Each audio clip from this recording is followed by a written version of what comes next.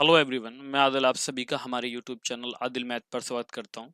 तो आज की जो हमारी वीडियो होने वाली है, आज हम बात करने वाले हैं कि यूपी पुलिस के अब तक 23, 24 और 25 में यानी आपकी जो टोटल 6 शिफ्ट हो चुकी हैं, इसमें आपका क्या स्कोर बन रहा है और आपके मन में जो सवाल है कि आपको फिजिकल की तैयारी करनी है या नहीं करनी है, तो उन सभी बातों को यहाँ पर मैं डिस्कस करने वाला हूँ। और आप लोग यहाँ पर इस वीडियो में आपको ये पता लग जाएगा कि आपका अगर इतना स्कोर है, यानी जो भी एक्स वाई जेड आपका स्कोर है, तो आपको आगे प्रिपरेशन करनी है नहीं है करनी है, तो उस पर थोड़ा सा डिटेल में बात करेंगे। देखो, सबसे पहले आप लोगों ने देखा होगा भाई, इस बार पेपर में कुछ चेंजेस आपको देखने को मिले। वो चेंजेस क्या हैं? जैसे इस बार एक तो मैथ जो आपका देखने को मिला है वो ठीक है, मतलब अर्थमेटिक लैंग्वेज बेस्ड आपको देखने को मिला है। और आपको कहीं न कहीं चारों पोर्शन में से एक पोर्शन आपका हार्ड आ रहा है। यानी जैसे या तो आपकी जीएस हार्ड होगी, बाकी 3 आपके नॉर्मल आ जाएँगे, बाकी अगर हो सकता है मैथ आपका हार्ड आ जाए तो बाकी 3 आपको नॉर्मल देखने को मिलेंगे। तो ये आपका सभी में देखने को मिलता है। ऐसा नहीं होगा कि आपके या तो चारों पोर्शन आसान हो जाएँ या चारों ही हार्ड हो जाएँ। तो इस तरह से आप इसको देखेंगे। तो इसमें इस टाइम जो आप देख पा रहे हैं, जो अभी फिलहाल में जो बच्चों का एवरेज स्कोर या जो शिफ्ट के अकॉर्डिंग, यानी कौन कितना एवरेज स्कोर किस शिफ्ट का जा रहा है, तो यहाँ पर जो एवरेज स्कोर अभी चल रहा है, अभी सभी शिफ्टों में अगर आप देखोगे तो ये 170 से 200 तक जा रहा है। अभी ये 200 तक बेटा तब जा रहा है, यानी इतने नंबर, क्वेश्चन नहीं है, केवल हम नंबर की बात कर रहे हैं। तो ये तब जा रहा है जब आपके कम बच्चों का डाटा है, यानी जैसे जैसे अभी स्टूडेंट बढ़ते जाएंगे तो वो भी तो बच्चे आएंगे जिन्होंने कम क्वेश्चंस किए हैं, तो ये आपका डाउन आ जाएगा। तो यहाँ पर ये डाउन आके जो आएगा ना, ये कहीं आपका जो वेरी करेगा, ये बेटा 170 से 180 के बीच में कहीं पर आने वाला है ये।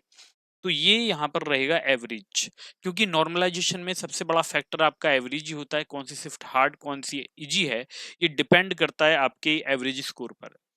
तो ये आपको पता होगा कि अगर आप किसी भी शिफ्ट का नॉर्मलाइजेशन जो होता है वो होता है एवरेज, यानी पूरी शिफ्ट का एवरेज निकाला जाता है, या फिर उसमें जो कुछ टॉप बच्चे होते हैं तो उसमें वो सबका अलग अलग फॉर्मूला होता है। जैसे एसएससी का अलग फॉर्मूला है, भाई बैंकिंग का अलग होता है, कोई कोई एक्यूरेसी पर नॉर्मलाइजेशन करता है, कोई केवल ये देखते हैं, एक्यूरेसी वहां पर कोई मायने नहीं करती, वहां पर केवल एवरेज देखा जाता है कितना है। तो इसमें आपका ये कहीं ना कहीं यहाँ पर वेरी करेगा, तो इससे ज्यादा अगर आप स्कोर कर पा रहे हैं। अब जैसे यहाँ पर बेटा मैं बात करूं कि कोई भी बच्चा आप लोगों में से ऐसा है जो कि 95 प्लस यहाँ पर वो कर पा रहा है, उसके नेगेटिव हटाने के बाद अगर 95 से ज्यादा हैं, तो ये है कि उसके चांसेस हैं कि वो फिजिकल के लिए उसे अपनी रनिंग की तैयारी करनी चाहिए।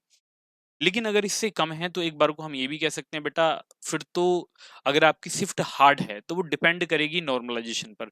लेकिन अभी हम केवल यहाँ पर एवरेज स्कोर की बात करें, ज्यादा हम ये नहीं कह सकते। तो ओवरऑल तो मैं यही कहूंगा कि जो बच्चा आपके यहाँ पर 100 यानी 100 प्लस क्वेश्चंस, बेटा ये क्वेश्चंस हैं जिसके इतने बन रहे हैं, उसको तो 100% यहाँ पर प्रिपरेशन करनी है रनिंग की, उसको बिल्कुल भी स्किप नहीं करना है।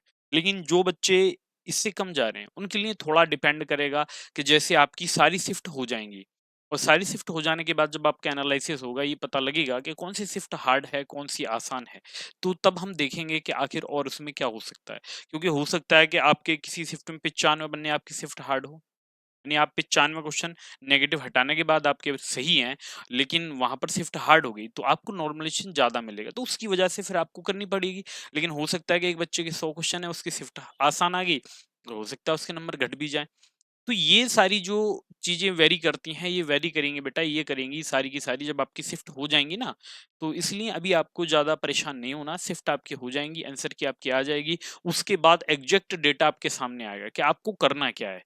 समझे, आपको तैयारी किसी और की करनी है या फिर इसी में आगे आपको रनिंग की तैयारी करनी है, समझे। क्योंकि जब तक डेटा नहीं होगा बेटा, तब तक कुछ नहीं कहा जा सकता। तो इन सारी बातों को ध्यान में रखेंगे, और बाकी जल्द ही मैं आपके लिए एक न्यू वीडियो लेकर आऊंगा।